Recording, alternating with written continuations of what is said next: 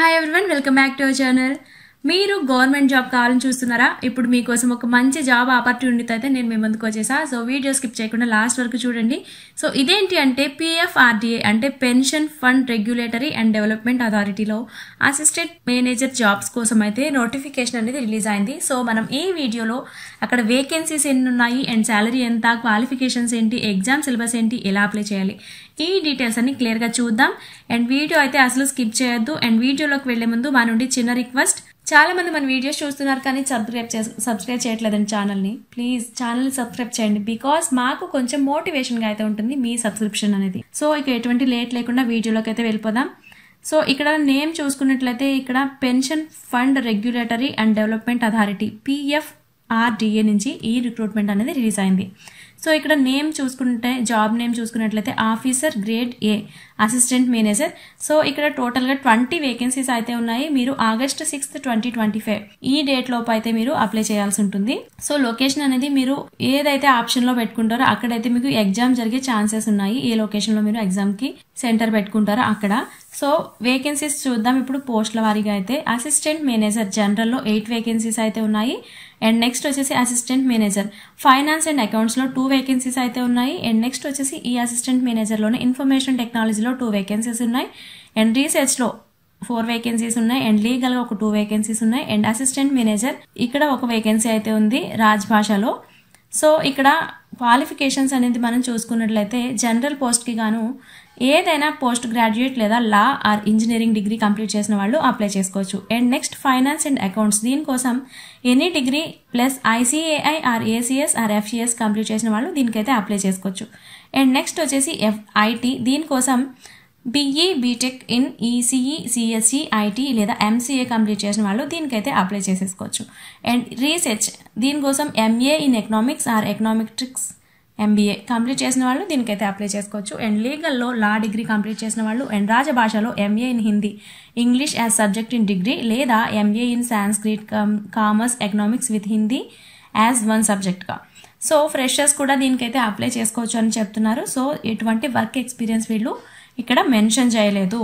And salary మనం చూసుకున్నట్లయితే starting salary వచ్చేసి 44,500 రూపీస్ పర్ మంత్ ఉంది. సో ఇక్కడ నుంచి 89,150 రూపీస్ వరకు పర్ మంత్ శాలరీగా ఉండే ఛాన్సెస్ ఉన్నాయి. ఇంకా అలవెన్సెస్ కూడా కలుపుకుంటే చాలా మంచి శాలరీ అయితే మీకు వస్తుంది.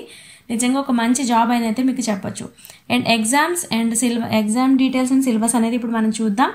అండ్ ఫస్ట్ సెలక్షన్ ప్రాసెస్ చూసుకున్నట్టయితే ఫేజ్ 1 ఉంటుంది. ఇక్కడ ఆన్లైన్ రిటర్న్ టెస్ట్ ఉంటుంది. అండ్ ఫేజ్ 2లో డిస్క్రిప్టివ్ అండ్ సబ్జెక్ట్ ఎగ్జామ్ ఉంటుంది. అండ్ నెక్స్ట్ వచ్చేసి థర్డ్ ప్రాసెస్ వచ్చేసి ఇంటర్వ్యూ అనేది కండక్ట్ చేస్తారు. ఫస్ట్ ఫేజ్ 1 ఎగ్జామ్ ప్యాటర్న్ మనం చూసుకున్నట్లయితే పేపర్ 1 ఇంగ్లీష్ 20 మార్క్స్కి 20 క్వశ్చన్స్ ఉంటాయి 25 మార్క్స్కి. అండ్ క్వాంటిటేటివ్ యాప్టిట్యూడ్ 20 క్వశ్చన్స్ ఉంటాయి 25 మార్క్స్కి.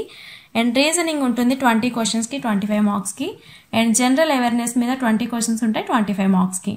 అండ్ పేపర్ 2 మనం చూసుకున్నట్లయితే general stream commerce economics finance టాపిక్స్లో 50 క్వశ్చన్స్ ఉంటాయి 100 మార్క్స్కి గాను. అండ్ నెక్స్ట్ వచ్చేసి IT లీగల్ రీసెర్చ్, దీనికి గాను స్ట్రీమ్ బేస్డ్ క్వశ్చన్స్ అయితే ఉంటాయి. సో టోటల్గా 180 క్వశ్చన్స్. అండ్ మార్క్స్ చూసుకున్నట్లయితే 300 మార్క్స్ ఉంటాయి. అండ్ టైం చూసుకున్నట్లయితే 140 మినిట్స్ అనేది మీకు టైం ఇస్తారు. అండ్ నెగిటివ్ మార్కింగ్ కూడా ఉన్నాయి దీనికోసం. సో నెగిటివ్ మార్కింగ్ చూసుకున్నట్లయితే ఒక రాంగ్ ఆన్సర్ అయితే పెడితే మీరు 0.25% మార్క్స్ అయితే మీకు కట్ అవుతాయి. అండ్ అప్లికేషన్ ఫీజ్ మనం చూసుకున్నట్లయితే జనరల్ OBC EWSకి గాను 1,000 రూపీస్ ఉంది. And SC ST PWD and ఉమెన్స్కి ఎటువంటి అప్లికేషన్ ఫీజ్ కూడా లేదు.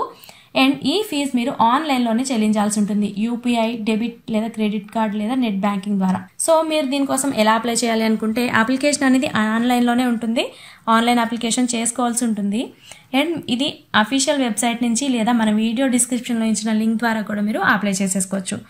అండ్ రిజిస్ట్రేషన్ టైంలో మీరు మీ name, address, phone number and study certificates and email ID రెడీగా ఉంచుకోండి. ఎందుకంటే మీరు షార్ట్ లిస్ట్ చేసిన తర్వాత అక్కడైతే మీకు నోటిఫికేషన్ అనేది వస్తుంది. అండ్ ఆఫ్లైన్ అప్లికేషన్స్ పంపితే తీసుకోరు, ఇది మాత్రం గుర్తుపెట్టుకోండి. అండ్ లాస్ట్ డేట్ మనం చూసుకున్నట్లయితే August 6, 2025 ఈ డేట్ లోపు అయితే మీరు అప్లికేషన్స్ అనేది సెండ్ చేయాల్సి ఉంటుంది. అండ్ మీకు ఇంకా ఏమైనా డౌట్స్ ఉంటే మనకి కామెంట్ రూపంలో మమ్మల్ని అడగండి, మేము మీకు సమాధానం అనేది చెప్తాము. అండ్ అప్లికేషన్స్ అనేది మీరు కరెక్ట్గా ఫిల్ చేయండి. అండ్ అప్లికేషన్స్లో ఎటువంటి మిస్టేక్స్ లేకుండా చూసుకోండి. అండ్ లేట్గా పంపించినా లేదా ఇన్కంప్లీట్గా పంపించిన అప్లికేషన్స్ అనేది రిజెక్ట్ చేస్తారు.